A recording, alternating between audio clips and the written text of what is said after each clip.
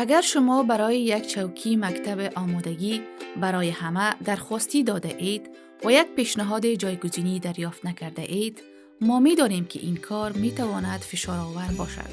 مگر لطفاً بدانید درخواست شما باز هم فعال است و شما باز هم ممکن یک چوکی به دست بیاورید، طوری که بست‌های جدید در دسترس قرار می گیرد. طفل شما در لیست انتظار برای هر مکتب آمادگی که شما در درخواستیتان لیست کرده اید باقی خواهد ماند. لیست های انتظار در تمام سال باز می مانند. همانطور که چوکی ها باز می شوند، حتی بعد از آغاز سال تعلیمی، ما آن را از طریق ایمیل به خانواده ها ارائه خواهیم کرد. اگر یک چوکی قابل دسترس باشد، شما یک ایمیل با راهنمایی های در مورد اینکه چگونه قبول یا رد کنید دریافت خواهید کرد. چی شما قبول کنید یا رد کنید، شما باز هم در لیست انتظار برای هر انتخاب مکتب آمادگی که در درخواستیتان بالاتر رتبه بندی کرده اید باقی خواهید ماند. معلومات تماس خود را در پورتال درخواستی آپدیت نگه دارید تا ما بتوانیم به سرعت با شما تماس بگیریم.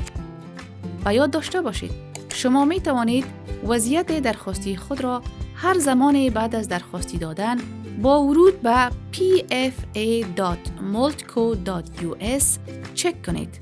آپدیت ها در زمان واقعی نشان داده می شوند، حتی اگر شما فوراً یک پیشنهاد دریافت نکنید.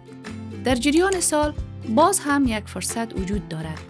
در ضمن شما می توانید گزینه‌های دیگر مکتب آمادگی را در حالی که درخواستی PFA خیش را فعال نگه می دارید بررسی کنید.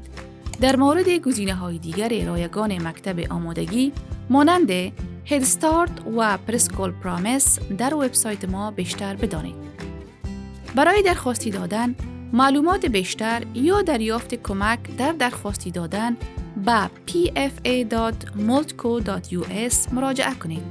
برای سوالات درخواست با pfa.support@multco.us تماس بگیرید یا با شماره تماس 503 988 7818 به تماس شوید.